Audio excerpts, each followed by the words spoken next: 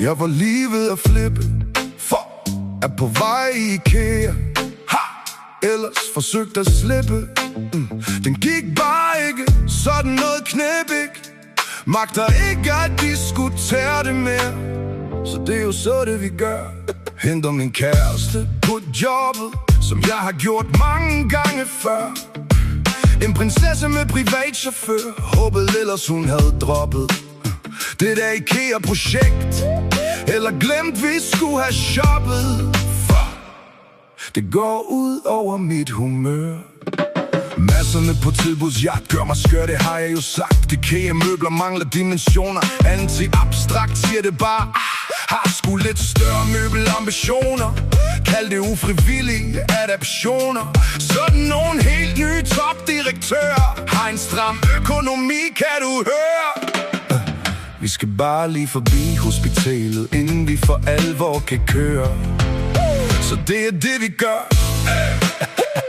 Så sker der noget helt uventet, for jeg må helt tørt konstatere, de der storkeler skal levere, baby, og nu til dags ikke kan læse mere. Har problemer med at navigere, eller hvad der sker, men helt ud af synk, så arriverer den der lorte fugl bare lige på vores vej til IKEA. Hvor heldig har man da lige lov at være.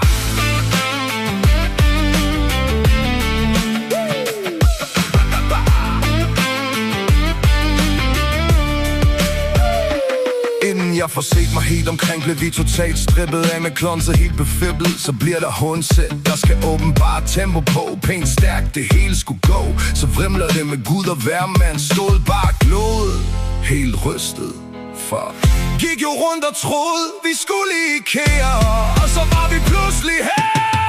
Hey, hey. Vil du ikke sætte dig her, så kan du se det hele, altså se alt hvad der sker. Det var jordmoren der spurgte, imens hun bare smurte et eller andet guld shit. Noget helt vildt klamt, noget ud over hele min forlod. Hvad fanden er nu det? Hun ligner jo en syg smølf, bare med hepatitis C. Nu er det nok, hold da op. Pænt klamt, men det er slet ikke det værste. Det næste der skete tør jeg slet ikke at tænke på. For helt umotiveret og helt uden at trække en min. Skærer han så hele maven op på hænder. Så er det far her helt seriøst, lige ved at besvime.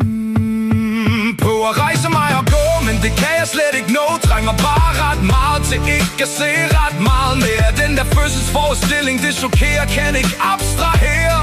Ja, ja, man er gangster, indtil man ikke er gangster mere.